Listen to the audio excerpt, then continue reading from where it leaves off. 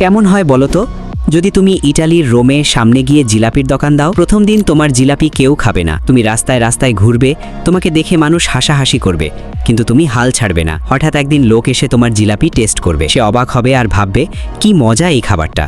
তার পরবর্তী দিন থেকে তোমার জিলাপি পুরা ইটালি শহরের মানুষ খাবে। জিলাপি বিক্রি করার লাইন পড়ে যাবে, জিলাপি বিক্রি করতে করতে অনেক বড় লোক হয়ে যাবে। এরকম করে আস্তে আস্তে তোমার ব্যবসা বড় হতে থাকবে। ইটালিতে অনেকগুলা রেস্টুরেন্ট খুলবে জিলাপির, কিন্তু তোমার একটি ভুলের কারণে জিলাপিতে কিছু সমস্যা হবে। তখন তোমার সেই জিলাপিগুলো খেয়ে মানুষ অসুস্থ হয়ে পড়ে হাসপাতালে যাওয়ার লাইন পড়ে যাবে। তোমার জিলাপি কি ইটালি থেকে বের করে দেয়া হবে, তোমার সমস্ত রেস্টুরেন্ট বন্ধ হয়ে যাবে।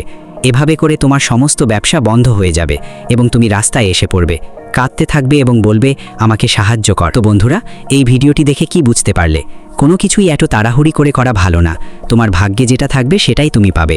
এই ভিডিওটি ভালো লাগলে লাইক করে চ্যানেলটি সাবস্ক্রাইব করে যাবে। আর আজ এই পর্যন্তই, দেখা হবে নেক্সট ভিডিও।